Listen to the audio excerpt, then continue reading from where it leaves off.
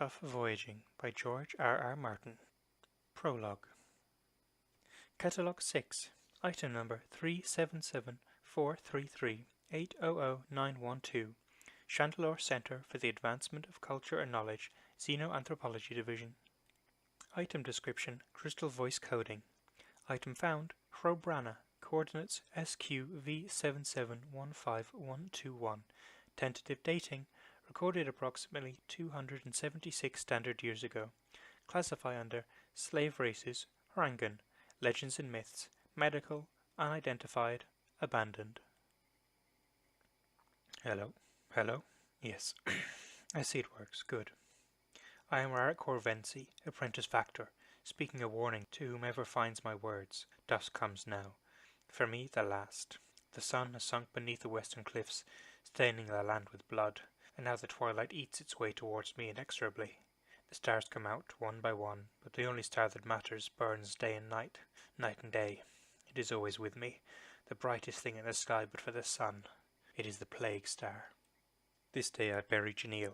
With my own hands I buried her, digging in the hard rocky ground from dawn through late afternoon, until my arms were afire with pain. When my ordeal was done, when the last spadeful of this wretched alien dirt had been thrown upon her head, when the last stone had been placed atop her cairn, then I stood over her and spat upon her grave. It was all her fault.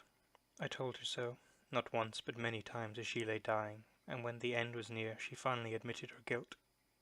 Her fault that we came here, her fault that we did not leave when we might have, her fault that she is dead, yes, no doubt of it, and her fault that I shall rot unburied when my own time comes, my flesh a feast for the beasts of the dark and the flyers and the night hunters we once hoped to make trade with. The plague star twinkles but little, shines down upon the land with a clear bright light. This is wrong, I told G.R.R. once. A plague star ought to be red, it ought to glower, to drape itself with scarlet radiance, to whisper into the night hints of fire and of blood. But this is clear white purity, and what has that to do with the plague? That was in our first days, when our charter ship had just set down to open our proud little trade complex, set us down and then moved on. In that time the plague star was but one of 50 first magnitude stars in these alien skies, hard even to pick out. In that time we smiled at it, at the superstitions of these primitives, these backward brutes who thought sickness came from the sky. Yet then the plague star began to wax. Night after night it burned more brightly, until it became visible even by day. Long before that time, the pestilence had begun. The flyers wheel against the darkening sky. Gliders they are, and from afar they have a beauty. They call to my mind the shadow gulls in my home place. Boudiccar upon the living sea, on the world Razar. Yet here there is no sea, only mountains and hills and dry desolation. And I know too that these flyers have small beauty when close at hand. Lean and terrible creatures they are, half as tall as a man, with skin like tanned leather pulled tight across their strange hollow bones. Their wings are dry and hard as drumskin, their talons sharp like daggers, and beneath the great bony crest that sweeps back like a hooked blade from their narrow skulls, their eyes are a hideous red. G.R.R. said to me they were sentient. They have a tongue, she said. I have heard their voices, thin, keening, screeching voices that scrape raw the nerves. I have never learned to speak this tongue, nor did G.R.R. Sentient, she said. We would trade with them. Oh, they wanted no part of us or our trade. They knew enough to steal, yes, and that is where their sentience ended. Yet we and they have this much in common: death. The flyers die, the night hunters, with their massive twisted limbs and gnarly two-thumbed hands, with their eyes that burn in their bulging skulls like embers from a dying fire. Oh, they die too. They have a frightening strength, and those strange great eyes can see in the black when storm clouds cover even the plague star. In their caverns the hunters whisper of the great minds, the masters who they served once, the ones who will some day return and call on them to go forth to war once again. Yet the minds do not come, and the night hunters die, even as the flyers, even as those of the more furtive races whose bodies we find in the flint hills, even as the mindless beasts, even as the crops and the trees, even as G.R.R. and I. G.R.R. told me this would be a world of gold and gems for us. It is a world of death. Prolouge was the name of her ancient charts. I will not call it by that. She knew the names for all its people. I recall but one: Haran. That is the true name of the night hunters. A slave race, she said, of the Harangans, the great enemy, gone now, defeated 1,000 years past, their slaves abandoned in that long fall.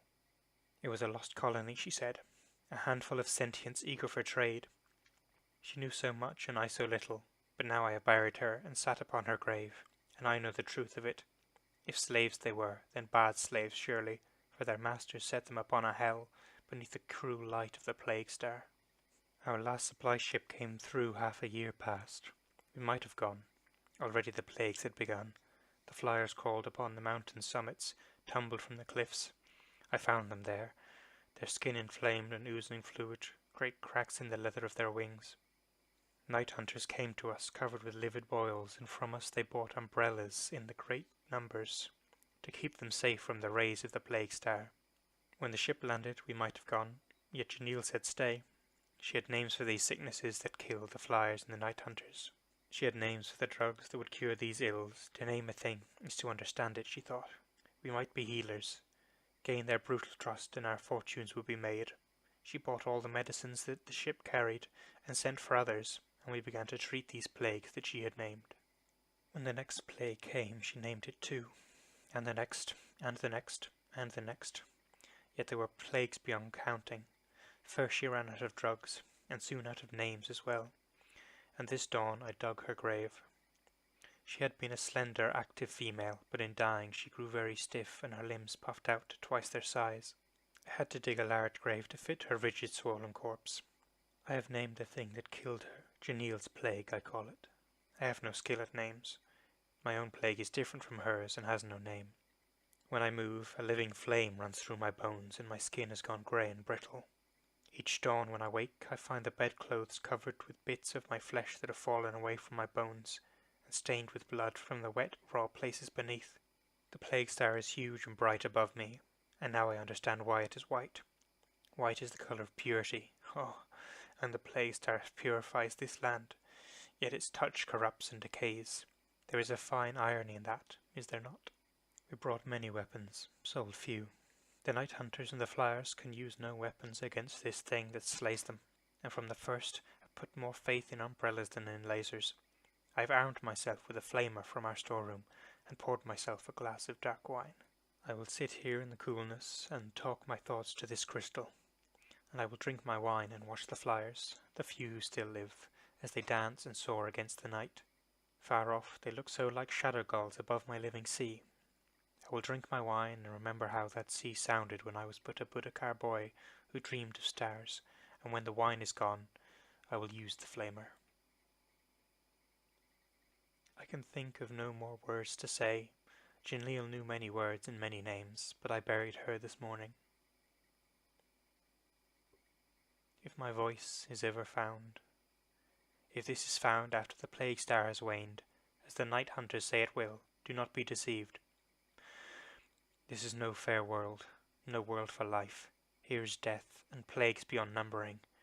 The plague star will shine again.